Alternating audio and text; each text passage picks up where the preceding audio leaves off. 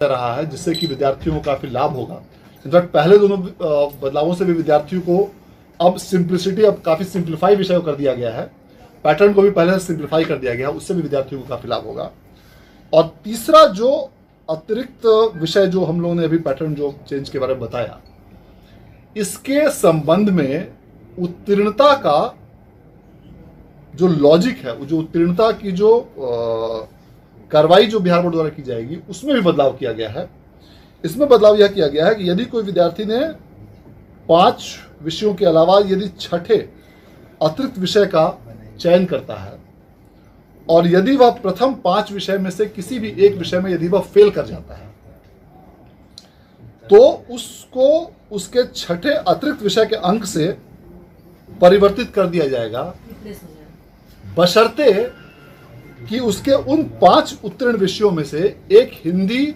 या अंग्रेजी अवश्य होगा। इसका तात्पर्य यह हुआ कि जो भी विद्यार्थी यदि एडिशनल सब्जेक्ट यदि लेते हैं और यदि वे 2 लैंग्वेज पेपर्स और 3 ऑप्शनल पेपर्स, इन 5 पेपर्स में से किसी भी एक विषय में यदि वह अनुत्तीर्ण होते हैं, यदि वह फेल करते हैं, तो उनका, और यदि वह एडिशनल विषय में यदि वह उत्तीर्ण होते हैं, पास करते हैं, तो उनका फेल का सब्जेक्ट उस एडिशनल सब्जेक्ट से रिप्लेस हो जाएगा और वह विद्यार्थी ओवरऑल पास माना जाएगा। इसका लाभ यह होगा कि विद्यार्थियों के उत्तीर्णता के प्रतिशत में बढ़ोतरी होगी, विद्यार्थियों के पासिंग परसेंटेज में बढ़ोतरी होगी। अभी के समय में यदि विद्यार्थी उस 5 सब्जेक्ट में से किसी एक में फेल करते हैं, तो उसका अलग सिस्टम, उसका अलग लॉजिक है। अभी के समय में जो स्थिति है उसमें फिजिक्स, केमिस्ट्री, बायोलॉजी, मैं विज्ञान संकाय की बात कर रहा हूँ, विज्ञान संकाय के विद्यार्थी फिजिक्स, केमिस्ट्री, बायोलॉजी के अलावा मैथ्स एक्स्ट्रा ले सकते हैं और उनका वह मैथ्स रिप्लेस होने की व्यवस्था है बायोलॉजी के तुलना में। लेकिन फिजिक्स, केमिस्ट्री, मैथ्स के विद्यार्थी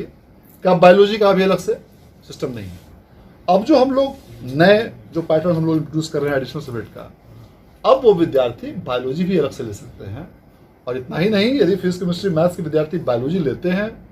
और किसी एक में यदि वो अनुत्तीर्ण होते हैं, या तो भाषा दोनों या 3 ऑप्शनल में,